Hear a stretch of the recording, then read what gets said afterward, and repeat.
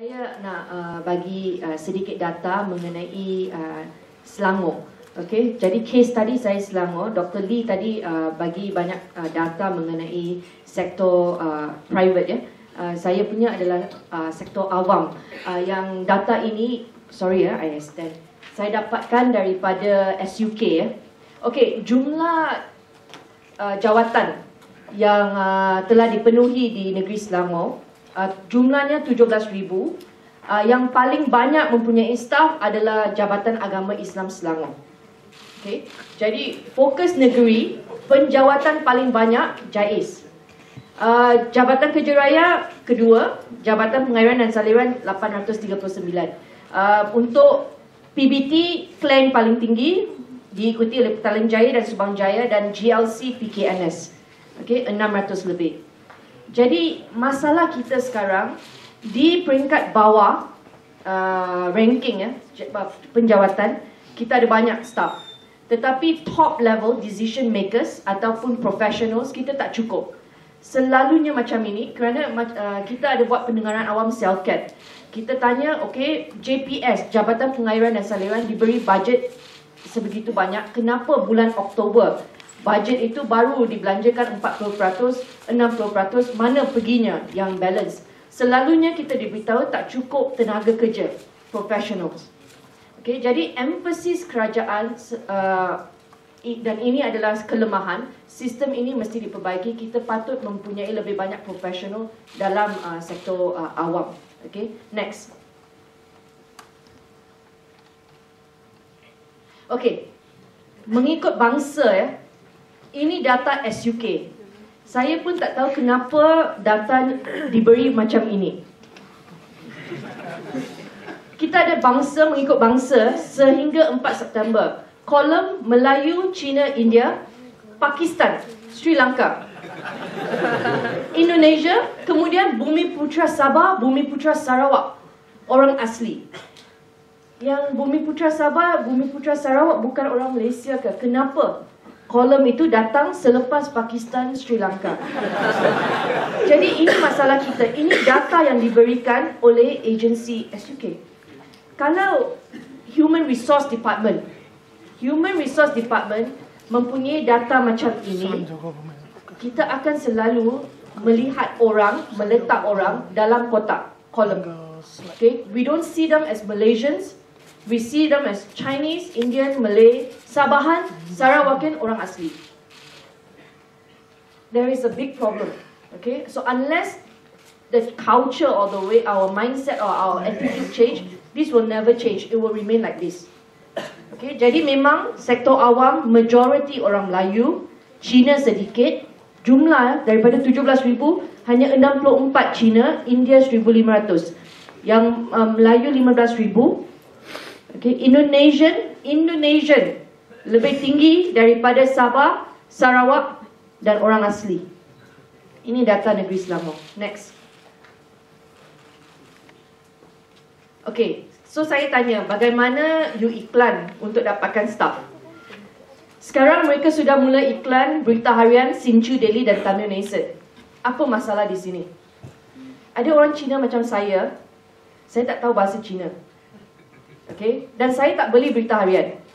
Okay, dan saya tak baca Tamil Nation. So you will have Subang Jaya people, PJ people, English educator ataupun sekolah kebangsaan. Saya datang dari sekolah kebangsaan. Tapi kerana saya tak baca surat khabar ini, I miss out. Totally miss out on any job opportunity yang diberikan oleh SUK. Okay, so there are missing gaps in our way of advertising. Portal SUK dan surat kepada jabatan. Next. Okay. Soalan kita, diskriminasi, persepsi ataupun realiti? Jawapan saya adalah persepsi, bukan realiti. Okay, kerana ini adalah jumlah permohonan oleh calon-calon yang datang untuk interview ataupun yang yang masukkan permohonan. Yang mohon 90% semua orang Melayu. Bukan kerana orang Cina dan orang India tak diberikan kerja. There's no discrimination. Tetapi permohonan mereka rendah. Mereka tak mohon pun. Kalau tak mohon, bagaimana nak dapatkan kerja? Okay, so ini adalah persepsi. Dan saya boleh faham kenapa mungkin kalau saya orang Cina, saya lihat kenapa saya tak akan mohon. Kerana pergi kerja ni, environment, surrounding kita nak comfortable. Okay, jadi bila kita nampak, okay, semua orang, majority orang Melayu, your first reaction, lunchtime saya nak pergi makan mana? This is a common problem. Bila saya nak interview, I want to take people to work with me, pejabat speaker, orang Cina, they ask, Shah Alam nak pergi makan mana? There's no Chinese restaurant. Okay, jadi lunchtime is a serious problem. Orang Melayu pun, kalau dia datang Subang Jaya, they will ask, restoran halal kat mana? You know, these are common problem that orang, is a logistic issue, tapi we don't see it that way. Okay, yang keduanya, bonus. Selalu kita baca berita, ahli politik announce, oh 1 month bonus, everybody is jumping, gembira. Tapi yang untuk dekat private sector, easily sometimes bonus 7 bulan, 4 bulan, 5 bulan. So when they already see something like that, they tahu tak guna saya bekerja keras bagaimanapun, bonus hanya 1 bulan dan saya tak boleh survive. So saya tak apply. Okay, so yang ketiga, faktor ketiga saya rasa adalah faktor promosi. To be promoted, prospect of promotion.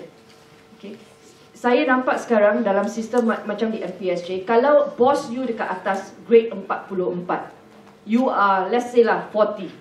Selagi dia tak bersara, you are not allowed to be promoted. So your promotion is not dependent on your performance, but it's dependent on whether your boss retires or not. So oleh sebab itu, ada ramai orang tak nak masuk sektor awam. Okay. The next issue yang saya rasa, this is the biggest elephant in the room, Rafizi. 50 tahun ya, kerajaan kita, sektor awam mempunyai satu isu saja, isu birokrasi. Dia boleh buat shortcut, dia tak pergi, dia guna jalan panjang. Okay, to justify time and effort spent on those projects or system. Oleh sebab itu, bukan orang Melayu malas, tapi kerana 90% is in public sector, sektor awam, dan masalah terbesar adalah birokrasi. Jadi bila orang pergi and encounter dekat counter public service, they think that orang Melayu malas. Sebenarnya bukan orang Melayu malas, sistem itu tak berfungsi, birokrasi. Oleh sebab ada sistem tersebut, you look at the 90% who are in that system, you think that 90% mereka malas. That's not the case. Okay, so kenapa kerajaan tak memperbaiki birokrasi? Kerana itu bukan fokus mereka. And that's the reality that ahli politik kena faham. We have to change the system. Ahli politik ada banyak masuk politik, dapatkan kontrak. So when they are in JKR or they are overseeing any ministry, fokus dia bukan untuk memperbaiki sistem jalan, tetapi bagaimana kita nak dapatkan kontrak. You see? So when you don't fix the problem, you buat birokrasi lah. Panjangkan sistem supaya keliru sangat. Sometimes you want to claim for one program also. The bureaucracy saya tak tahu, saya pun tak faham kenapa boleh. You know, some people use the right hand to touch the left ear when you can easily just touch this way. Have you seen people like that? Using phone this side. And they can just put this side. Okay? So that is the problem ya, bureaucracy. Dan isu perkauman selalu digunakan untuk melindungi ataupun menyembunyikan isu incompetency ataupun isu rasuah, things that they cannot answer for, they will use kaum to blur the line, so that you think bila Tony Phua kata we need to reduce the civil service, make it more efficient, you think okay, DAP racist, DAP nak hapuskan kerja orang Melayu. You understand my problem? We cannot talk about the real problem selagi kita masih gunakan isu perkauman. We cannot see beyond race. Okay, next. Okay, breaking glass ceiling. Ini pekerjaan saya lah, sektor awam. Okay, ini semua speaker di Malaysia. Saya seorang saja perempuan, seorang saja Cina. Okay, so we have to, untuk orang Cina, gadis Cina, maybe potentially there's a gadis India who may make a very good speaker. Tapi persepsinya, orang tengok jawatan ini hanya boleh disandang oleh lelaki dan orang Melayu dan orang UMNO. So oleh sebab itu tak ada orang, walaupun dia layak, dia tak akan pergi sektor politik dan sektor awam. Kerana mereka tahu the prospect of promotion is very limited. Saya tak ada masa depan kalau saya pergi masuk politik. Next. So it takes political willpower to change things around. Bagaimana gambar tadi dan gambar sekarang, mulai tahun 2008, okay, kita sudah ada kaum lain yang boleh menjadi speaker. Perak, 3 speaker India, okay, Selangor dan Penang. It takes the political willpower to change things around to say this is possible. Tapi ini pun ada masalah. Kalau kita lihat sekarang, kita tak boleh tengok, okay, Perak means hanya boleh speaker orang India.